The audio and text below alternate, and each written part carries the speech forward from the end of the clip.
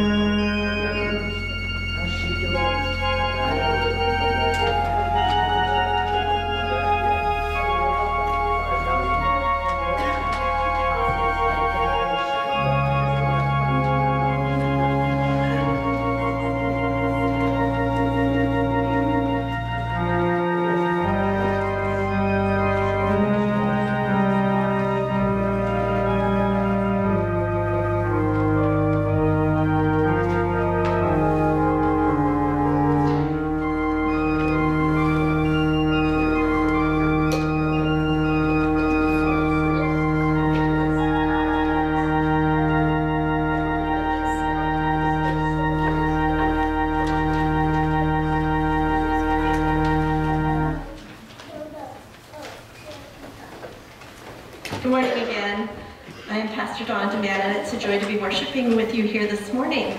If you're visiting with us or first time, please, there is a card in the pew that you can fill out if you'd like to stay informed about upcoming events and things.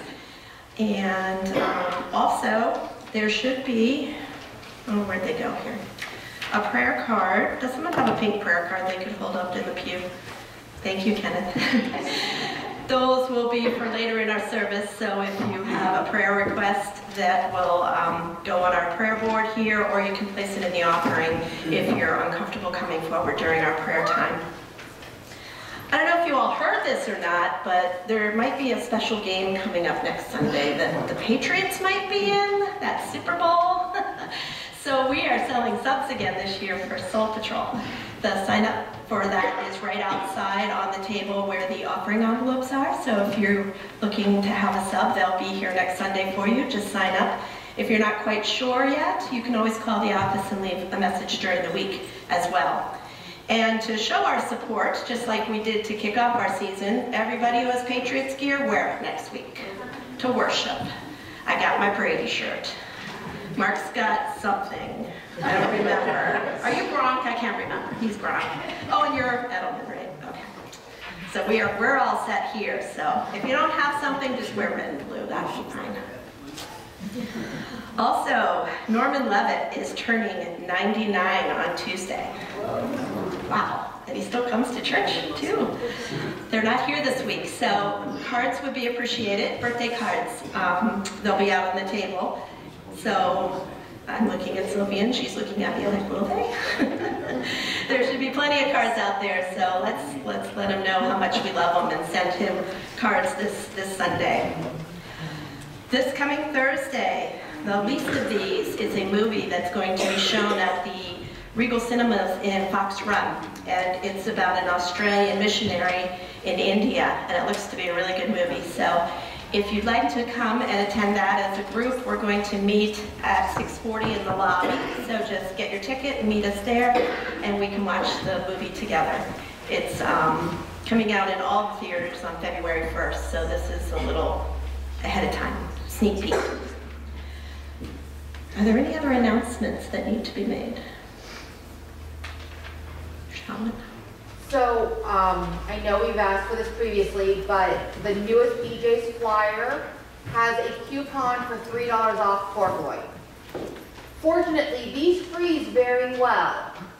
So if anybody's either willing to go into BJ's, use the coupon and donate the pork loin, or wants to give us the coupon so we can pick up the pork loin, that's going to get us through the next few meals. So we're saving, $15 every meal on just meat, because we're buying 50 pounds at a time normally.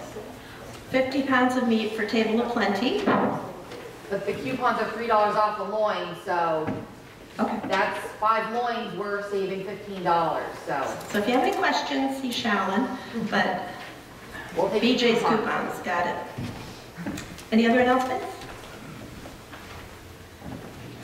Oh, actually, I have one more.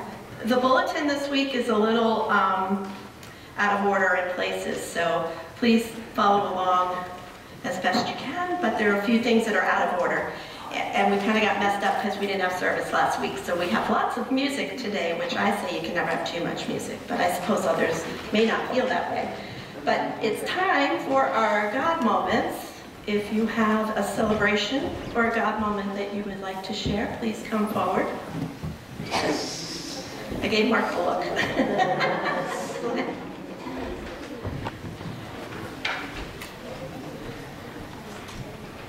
I'd just like to celebrate some time that my wife and my daughter and I had shared daily time with the 2 sisters, Diane and Karen. Then Karen's youngest child, 4 years old. And just had a good time so far and got a few more days.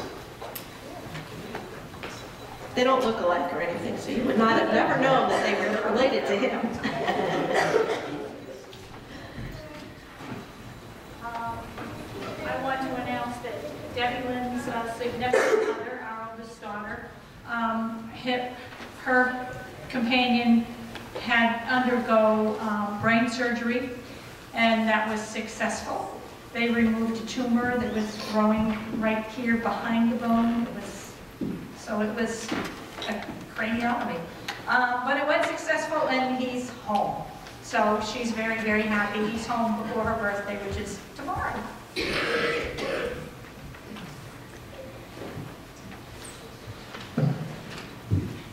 This Tuesday, I'm getting my tonsils out and adenoids. Tonsils and adenoids. And he's celebrating it. Ice cream. Ice cream, that's right. I care for friends and family and being kind. Oh, thank you.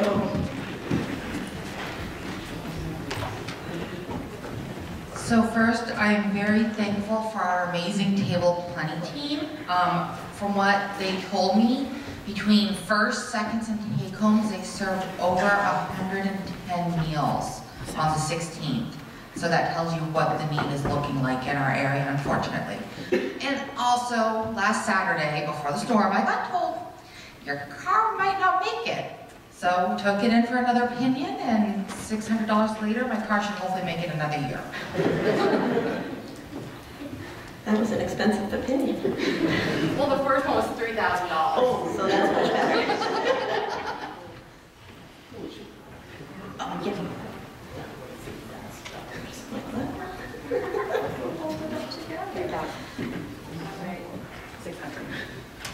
A couple of God moments this week. As you know, I do Stitching Souls with some Stitching Souls on Thursdays. And Jody brought in this bag of yarn. She said, here, this is from Lorraine Goodwin. Well, a lot of you remember Lorraine Goodwin. She hasn't been in church with us for a while. And all I know about Lorraine Goodwin is that she came to church, wore a gray suit, and always had a smile. She used to sit over there for a while, and when she sat over there, she always came with Dorothy Himmel. So I opened this bag of yarn, and I'm like, oh my God. It was the most gorgeous yarn, her leftovers and whatnot. And I'm like, wow, this lady that sat like right in front of me is a kindred spirit. And then we got digging deeper, and there were 2 bags. And this was a project that Lorraine had all done except for this row and that row. She had all the squares made, and she had them all put together except for these 2 rows. So we have finished putting the squares together, put a little border on it, and this is going to Lorraine. So I would like you all to bless it. And it is just as soft as it looks. So I'm going to start with Harper and just pass it around and just say a little blessing for Lorraine or anyone else that you know that can't be with us. So that's one. Second one, I know there's a lot going on, but crazy day, and you all know the whole sports Sunday morning thing. So we're going to be the good grandparents, and we're going to go up to Dover Arena, and we're going to watch half an hour of a hockey game.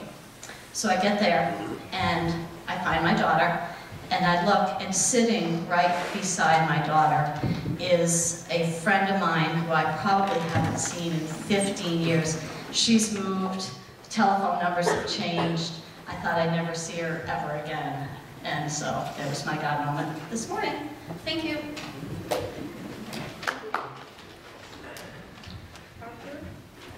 And Susan will be taking that to Lorraine this week, right? My God moment is I'm grateful for Patricia Martian and her patience because our 3rd set of flight arrangements actually got us home. It took over 20 hours, but we got home. Those are long travel days. Are there any others? Okay.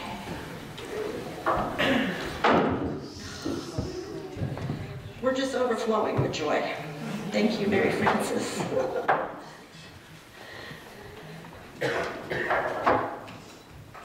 Let us transition into our time of being drawn in.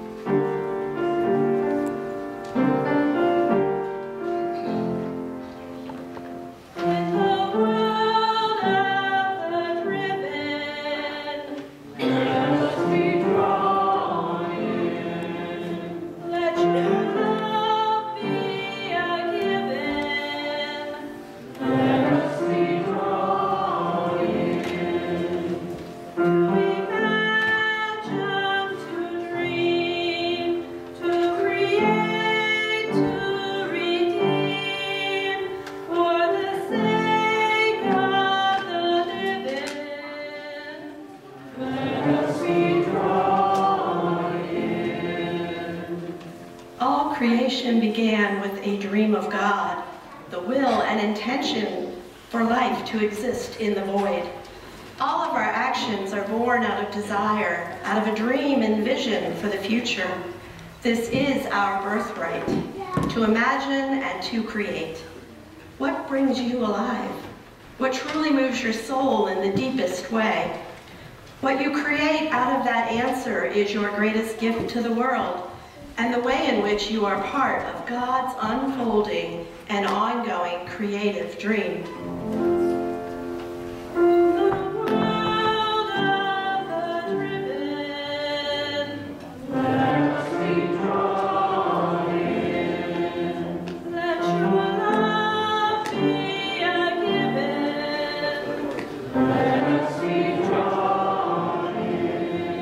I changed.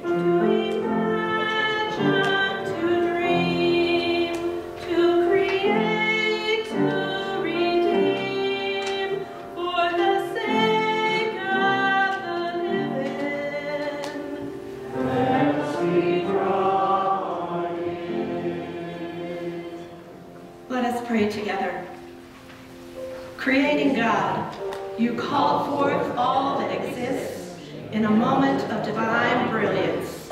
Open us again to that spark which you ignited in each of us at our creation, so that we might generate more life-giving energy in this world. Draw us into your story of hope. Give us the courage to dream. Amen. And now we are going to open with our praise song. You have to bear with me a second, I gotta get my guitar on. Please stand if you are able and join us.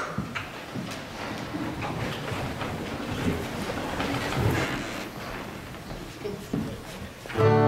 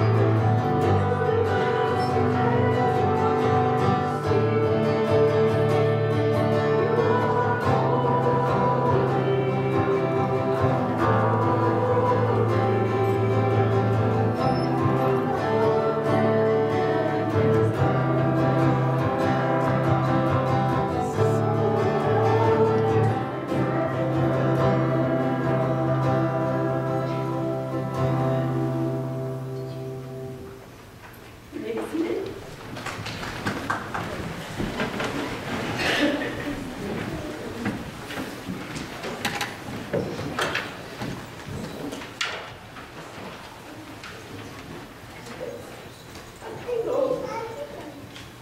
Okay, so what's next? Hey.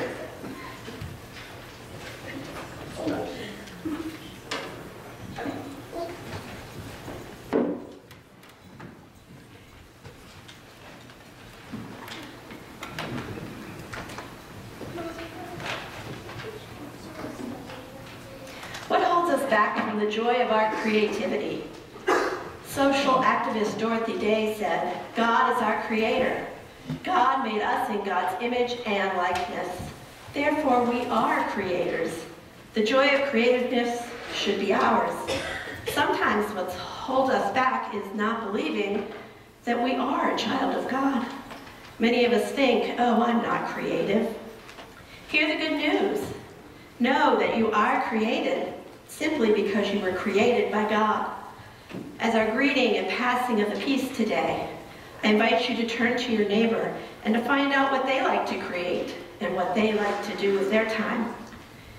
It could be artistic, like writing or painting, but it could also be something like baking or fixing a car, playing with the kids, decorating the house, making someone smile, or the things you do in your work. What do you do and like to make in this world? Please exchange the peace of Christ and what you are liking to do to be creative.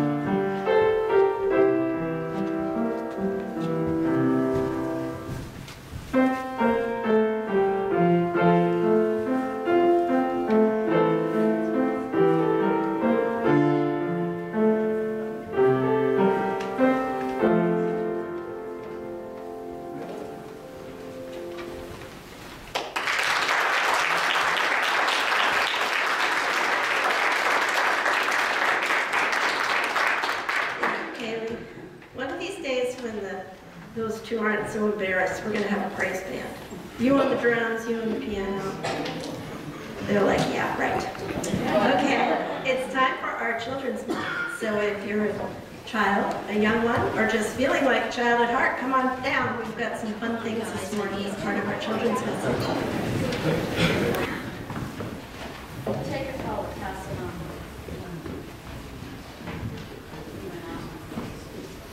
Holy moly, this is awesome. Okay. You want that for me too? Yeah. Oh. I'm really good at talking to kids. Not so good at talking to adults. So guess what? We've started a unit on Creativity. Isn't that cool? And you're all creative, right? You are. You just maybe have not discovered it yet. We know there's some musical creativity going on here. And there's some sports creativity going on here. Anyway, think about your favorite special at school. Whose favorite special is art? Yay. Whose favorite special is music? No? Behind me. Awesome. Oh, that's a nice little thing to know. Whose special favorite is gym, or phys ed, you call it? Whoa. Awesome. And what else is there? Whose favorite special is library? Oh, you like both? I like y'all. Awesome. Awesome. My least favorite was art. Yeah. Oh, you guys have home ec now too, some of you older kids. My favorite was home ec, only if we were sewing. And my least favorite was art. So today we have this picture. It says dream. Miss Jody actually put dream on it. I guess dream all your different dreams. And she has put some fingerprints, thumbprints on here already. And what I would like you guys to do is I'm reading the story. Is there one left? You got one left? Okay. What I would like you to do is kind of pass this around and add a little something to it. They're just dots, a lot of them, right? But you can turn those dots into something. I'm going to start right here, okay? So we've got a book today. It's called The Dot, and it's by Peter Reynolds, and it's about a little girl who I can really relate to, because I never really liked art, called Vashti. Art class was over, but Vashti sat glued to her seat. Her paper was empty. You got it, Ozzy. And she's sitting backwards with a disgusted look on her face. Vashti's teacher leaned over the blank paper. Ah, a polar bear in a snowstorm, she said. Very funny, said Vashti. I just can't draw. Oops, I didn't show you the picture, did I? Not very good at this. You can see, yeah. I'm only used to reading to like 3 or 4 or 5 or 6. Her teacher smiled. Just make a mark and see where it takes you. Vashti grabbed a marker and gave the paper a good, strong jab. There. She killed the paper. I would feel like doing that. Oh my goodness, look at what those dots are turning into already. Her teacher picked up the paper and studied it carefully. A dot. Hey, it's a start, isn't it? She pushed the paper toward Vashti and quietly said, now sign it. I'm not sure I'd want to sign a dot. Vashti thought for a moment. Well, maybe I can't draw, but I can sign my name. So she signed her name. The next week, when Vashti walked into art class, she was surprised to see what was hanging above her teacher's desk. It was the little dot she had drawn, her dot, all framed in swirly gold. Look what the teacher did to it. Isn't that cool? It's a framed dot. Hey, have you ever been to an art museum? Sometimes they have things like this. They really do. Not being a real artsy person. I can make a better dot than that. Oh, so the challenge is on. She opened her never-before-used set of watercolors and set to work. All right, one dot, and now she's got a few little colors there. Let's see what Vashti's going to do. How are we coming with the paper? I do. Awesome. Vashti painted and painted. A yellow dot, a green dot, a red dot, a blue dot. The blue mixed with red. She discovered that she could make a blue mixed with red, a purple purple dot. Vashti kept experimenting. Lots of little dots in many colors. Aha! Maybe a dot's not so bad after all. If I can make little dots, I can make big dots too. Vashti splashed her colors with a bigger brush on bigger paper to make bigger dots. Vashti even made a dot by not painting a dot. See all the... She's doing the back of her. Oh, that is kind of cool. I like that idea, Shahan. Share that with us after, okay? And show us how to do that. At the school art show a few weeks later, Vashti's many dots made quite a splash. Look at them. They don't look so bad all up there together, do they? All framed on the wall. That is pretty cool. Yeah. Vashti noticed the little boy gazing up at her. "You're a really great artist. I wish I could draw," he said. "I bet you can," said Vashti. "Me? No, not me. I can't draw a straight line with a ruler." I can relate to that. Vashti smiled. She handed the boy a blank sheet of paper. "Show me." The boy's pencil shook as he drew his line. See him? You can't see the line because the paper's, back to us. Okay? But he's doing it. But look at his face. He looks kind of like stressed, like I would. Oh, Vashti stared at the boy's squiggle. Did she ask him to do a squiggle? No, a line. But he was so nervous.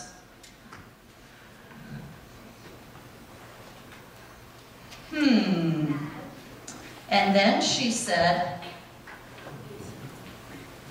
Please sign it. "Please sign it." So the Vashti is passing on that inspiration that she got from her teacher on to others. All right, I had a paper here. All righty. Has the paper gone all the way around? It hasn't, but we can keep passing it around, and you guys can take it downstairs with you too. Okay, let us bow our heads in prayer. We make our belief that God is playing and creating through people in all places, and God plays and creates with us too. Let all God's children say, "Thanks be to God." Thanks be to God. Amen. Amen. Alrighty, and I believe Kenneth has something for you guys downstairs. Go ahead and take your colored pencils and take your paper.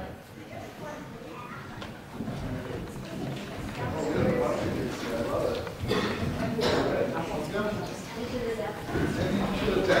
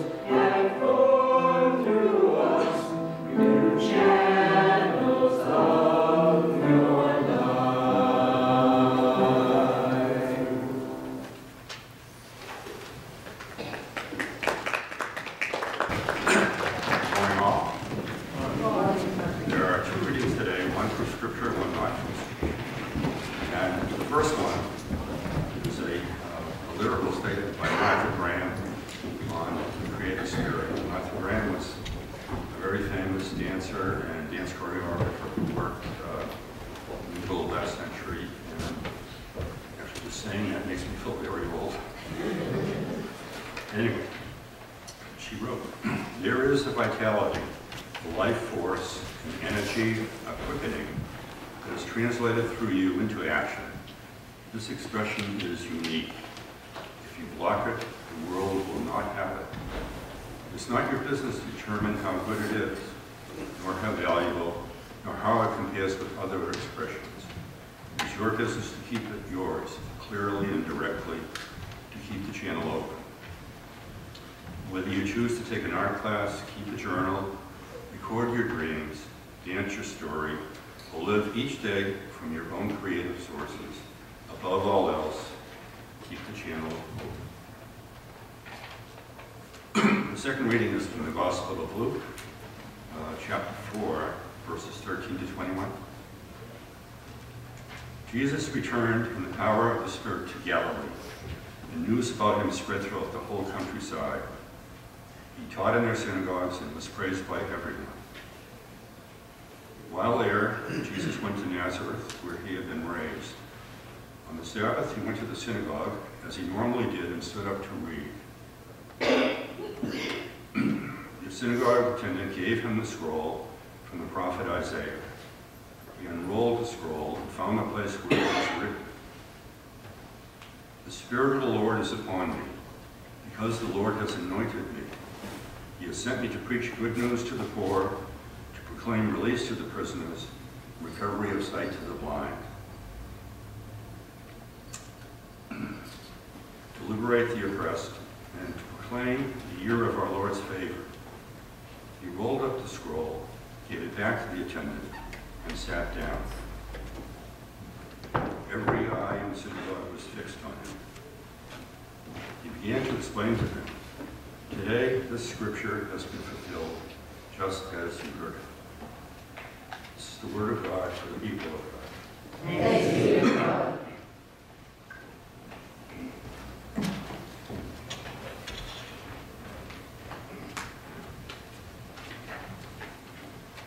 In the Gospel of Luke, Jesus gives us a glimpse of the magnitude of God's playing field and dream for the world when he preaches for the first time in the synagogue of his hometown in Nazareth. Now at first, all the people react well to what Jesus is saying, and they marvel that a kid from their very own neighborhood is speaking so eloquently in the synagogue. "Isn't this Joseph's son?" they ask each other, amazed at his words. It's like they can barely restrain themselves from pinching his cheeks, like we all do when the kids come in. But Jesus doesn't give them the kind of congratulatory sermon they are looking for. He doesn't say, "Attaboy," or "way to go." Jesus doesn't assure them that God is on their side and their side only. Instead, he reminds them of an old story, a story of the prophet Elijah, who ministered to the widow of Zarephath and Elijah's protege, Elisha, who cleansed Naaman the Syrian from leprosy. Now those stories sound sweet and harmless to us today, but in Jesus' time, they had an edge. Those were examples of God helping foreigners. Jesus notes that even though there were plenty of starving widows in Israel in Elijah's day, the widow God called Elijah to save was an outsider. God was dreaming bigger than just one nation.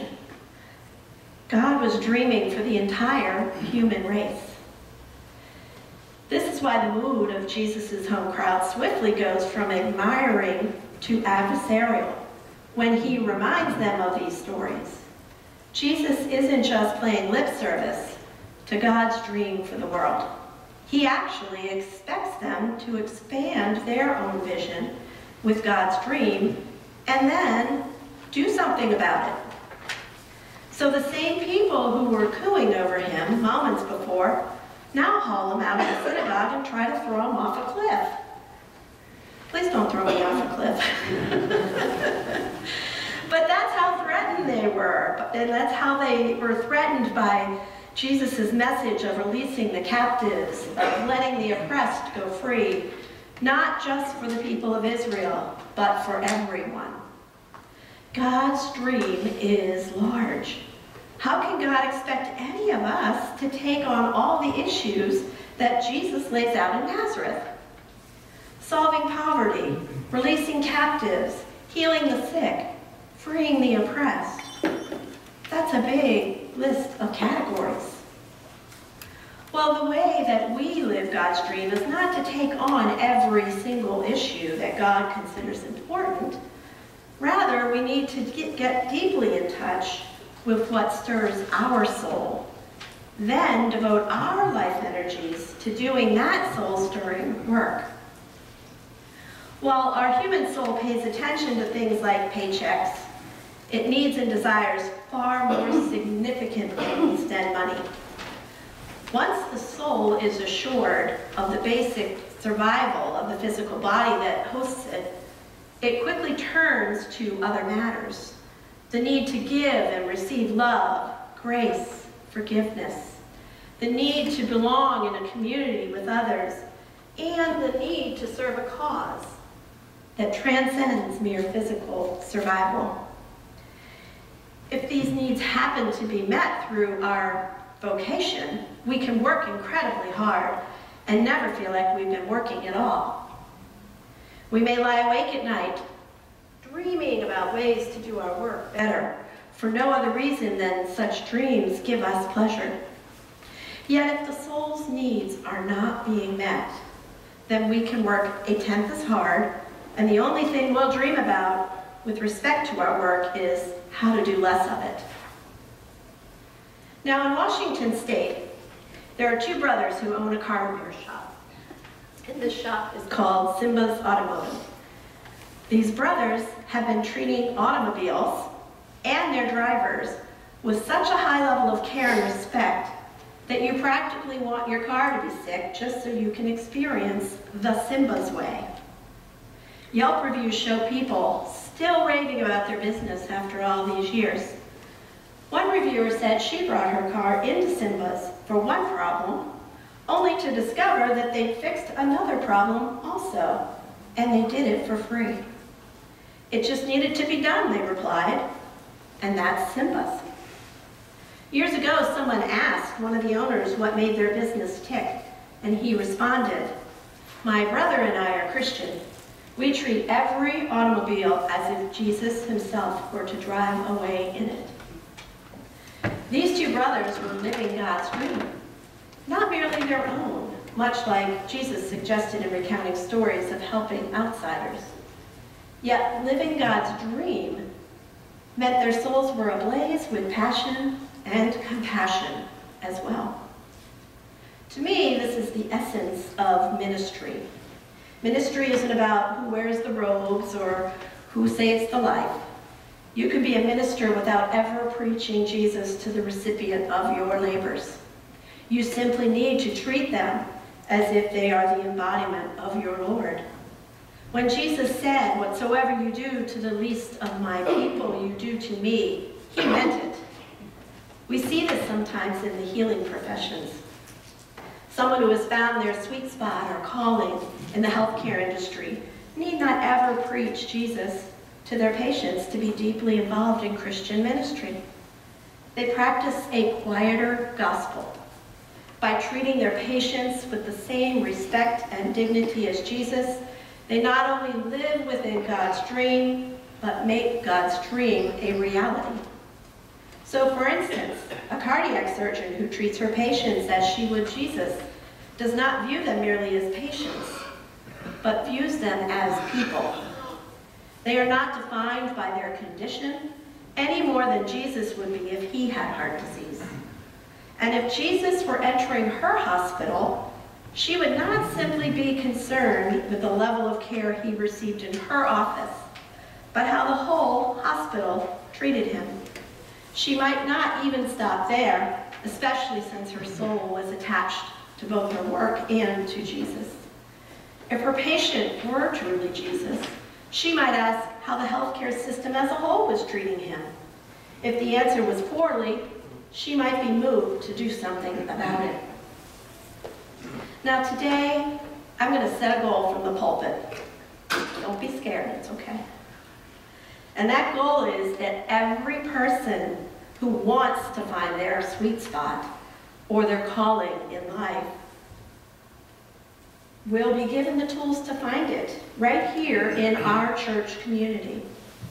And once that channel through which their love and energy might be offered to the world is found, we as a church will pledge to come alongside them to help them reflect theologically on what it means to treat the recipients of their labors as if they were Jesus himself.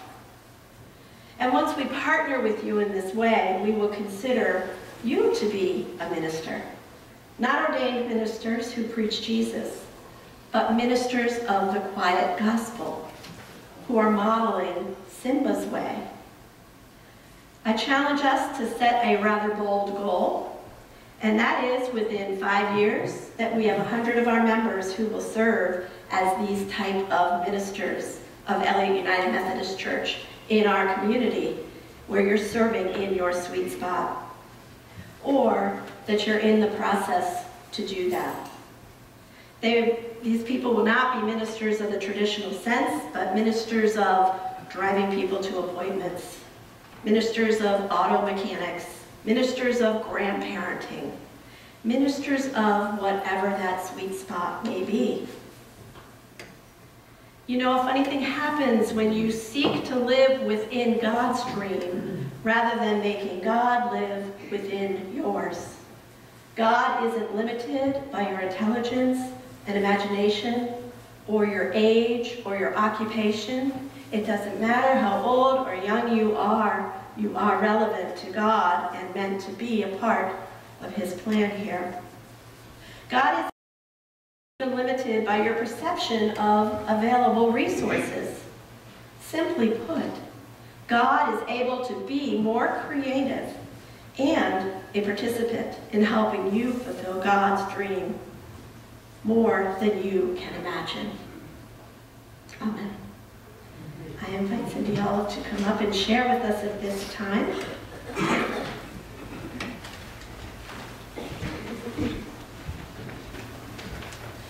Please sing along with me if you know the words on the chorus. You might know this. Somewhere when this life is over, I'll wait to that on God's celestial shore. I'll fly away. I'll fly away, oh glory.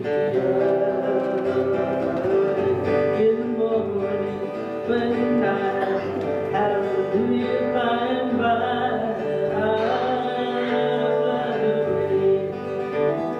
When the shadows of this life have flown, I'll fly away. Like a bird from prison bars have flown, I'll fly away. I'll fly away, oh glory. In the morning when hallelujah, by and by, I'll fly away. Just for weary days and then I'll away to a land where joys will never end. I'll fly away.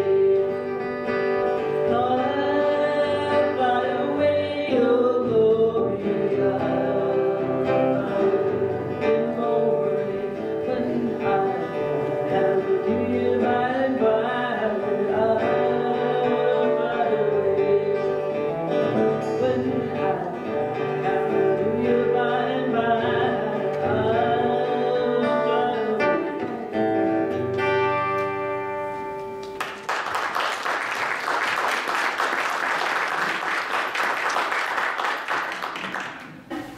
There are 8 different situations that we will be uplifting as a congregation collectively each week during this time.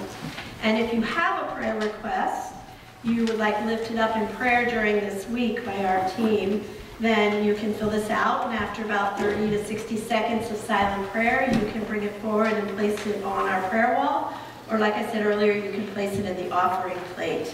I will close with the general pastoral prayer, the Lord's Prayer, and then we'll conclude with verse 2 of Come and Find the Quiet Center. We are doing prayer in this way so that we can intentionally create a reflection time throughout today and this coming worship series. So we can have a time to speak to God and speak to Him as beloved children and listen to see what God is speaking to us about in our creativity and our call in this world, both individually and as a faith community here at Elliott. So let us enter into our time of prayer and reflection.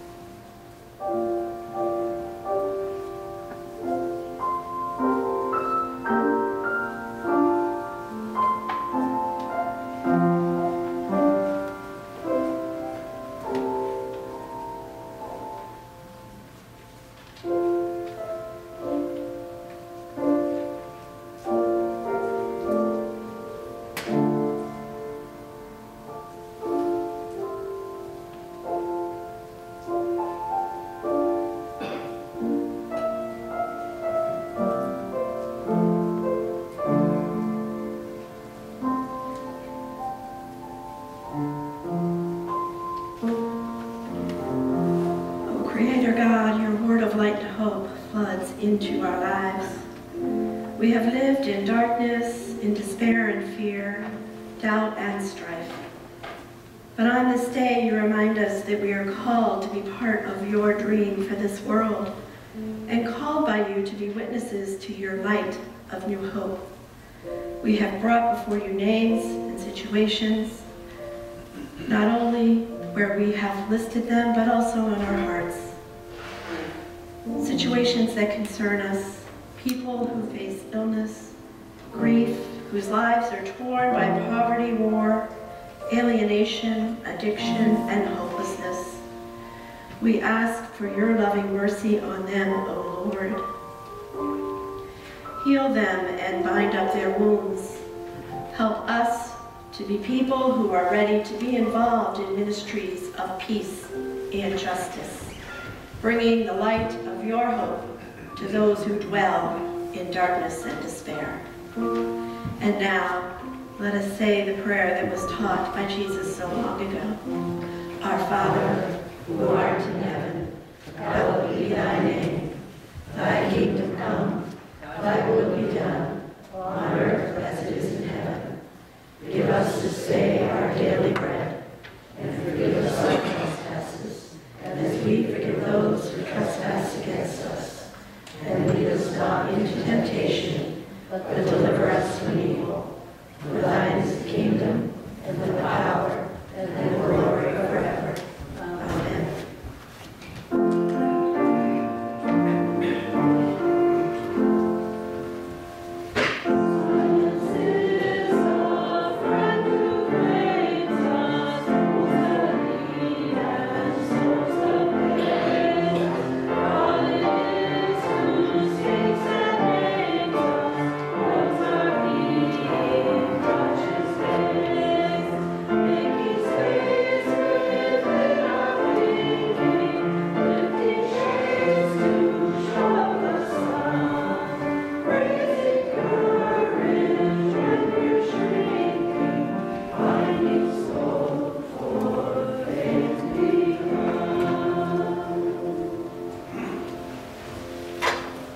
It is now time for our tithes and offerings, and as they come around, I would like to share some words from our very own Barb Smith, who is in Texas right now. But I had asked on Facebook for people to share about what it is that they feel their creativity is and what it means to them in their life. So, ushers, please come around as I read this from Barb Smith. I express my creativity through sewing quilts for others. I try to make a quilt for someone who is hurting in some way. I made a quilt for my older brother after cancer surgery. He had lost a summer cottage that was near and dear to him through divorce. I made him a quilt that represented 8 different beautifully printed fabric reminders of his island cottage that he had built. He loved it. My nephew and his wife lost a 19-year-old daughter 5 years ago in a horrendous car crash. They were stunned and shocked and were in pain and grief. I took my niece to the fabric store on her daughter's first birthday after her passing. I told my niece to walk around the cotton aisles, and when she saw fabric that reminded her of her daughter, to pull out the bolt. My niece had never been in a fabric store before. So with her daughter's picture on her cell phone, she went around the aisles and slowly picked out fabric that made her think of her daughter. I made the twin-size quilt that had about 30 colorful squares, and on about 20 there was a muslin heart ironed on 20 squares for people to write on their sentiments of the daughter who had passed away. It took me almost 1 year to make the quilt, and then I presented it to my niece on her next birthday. She has the quilt on a quilt rack in her living room, so she can see it every day and think happy thoughts of her daughter. I am now making a Halloween quilt for my own niece. She is taking care of her father, my brother, who had a stroke, and her mother, who is going into dementia and can't live alone any longer. My niece likes Halloween, so that is what I'm doing for her. I will also try to help her by going there 90 miles away and give her a break once or twice a month.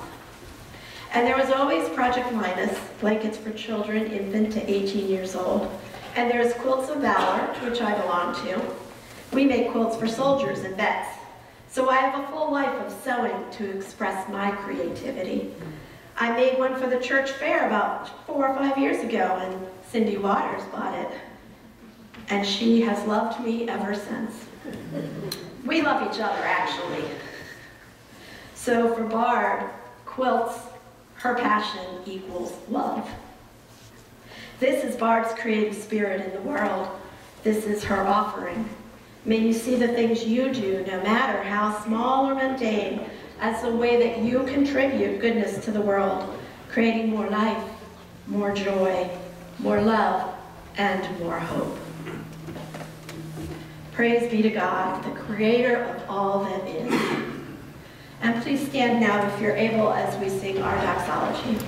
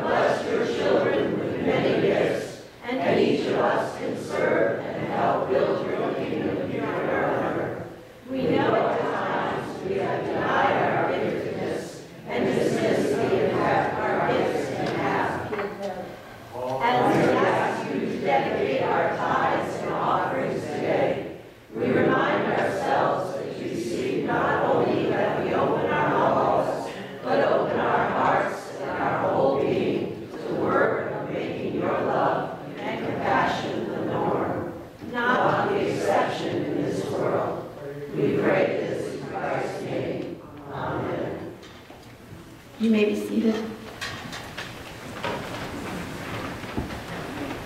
I invite you today, after worship, to go into the fellowship hall and co-create something with us. Wendy has prepared a beautiful heart that is very much like the one that's on the front of our bulletin. And each week, whoever is here and present will be creating a section of that just by coloring it in a little piece at a time, so that by the time we end up at the end, we'll have a very colorful heart that is our co-creation here together.